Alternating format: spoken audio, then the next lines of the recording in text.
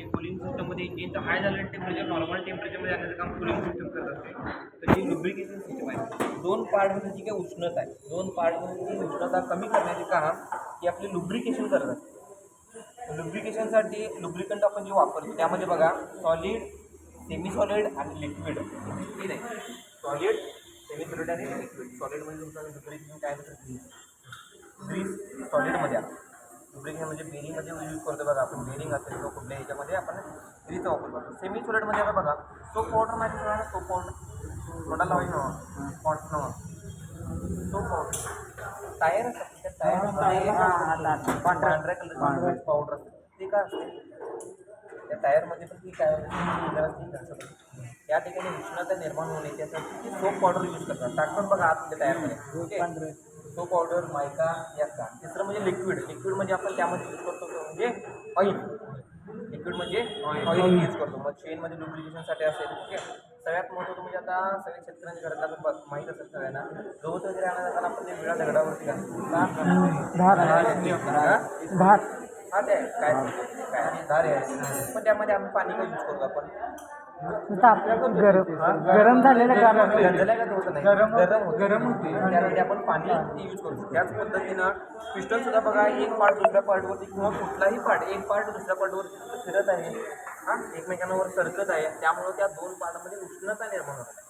ती उष्णता कमी करण्यासाठी आपण ते थिकनेस कमी करण्यासाठी आपण तिथं ऑइलचा वापर करतो. ऑइलचा वापर हा करत असतो. सगळ्यात जी आता फोर व्हीलरमध्ये जर का बघायला गेला, टू व्हीलरमध्ये स्पून टाईप येतो. स्पून टाईप स्पून म्हणजे समजा काही क्रँकशाफ्टला असं वेट बॅलन्सर असतो, तो जसं फिरल तसं ते ऑइल काय करत असतं, वर उडवत असतं. काय करत असतं, वर ते उडवत. आपल्याकडे जी सिस्टम येते ती पंप सर्क्युलेशन सिस्टम आहे. पंप सर्क्युलेशन सिस्टम फोर व्हीलरला सगळ्या गाडींना पंप सर्क्युलेशन सिस्टम आहे.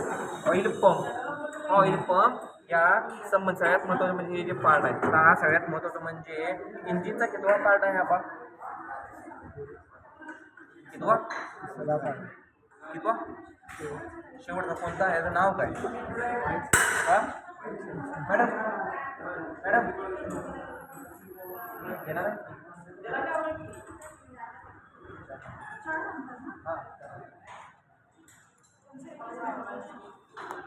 मध्ये इंजिन जे स्टोअर केले जातात, साठवणूक करून ठेवण्यासाठी ऑइल संप हा दिलेला आहे. बरं सांगा, यामध्ये ऑइलची कॅपॅसिटी या इंजिनची बघूया किती जणांना काय कॅपॅसिटी काय वाटतं, या ऑइलची कॅपॅसिटी किती लिटरची असेल खरं?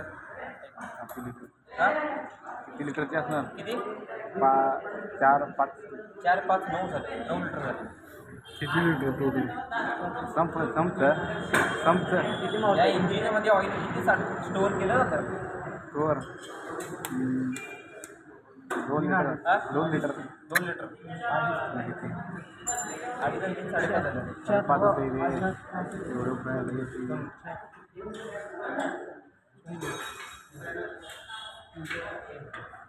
कशावर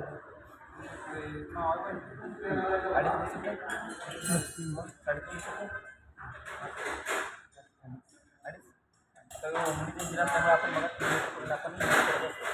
3 लिटरपर्यंत ऑइल काय करत असतो, यूज करत असतो. सगळ्यात महत्त्वाचं म्हणजे आता ऑइल झालं, ऑइल संप झालं हॅलो.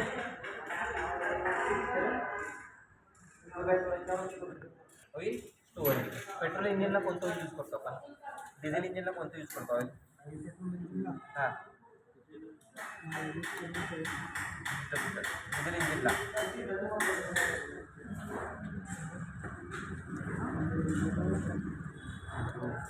15 W40. पेट्रोल गाडीला 20 W40, तर डिझेल गाडीला 15 W40. W म्हणजे मिनिटर. जे काय असेल ते आपण बघूया. हे इंजिन म्हणजे जोडायला जर का लवकर आलात त्याला म्हणजे पिस्टन ट्रिंकाबद्दल आठवणी मिळणार पिस्टन ट्रिंकायला टाकायचं. माझे कुठं कोण जात तर व्यवस्थित आपण काय करू त्याच्या साईडला ठेवून घेऊ. हे कुठली नट आहे त्याच्यात ठेवू, हे जी नट आहे मग हे 7 आणि 8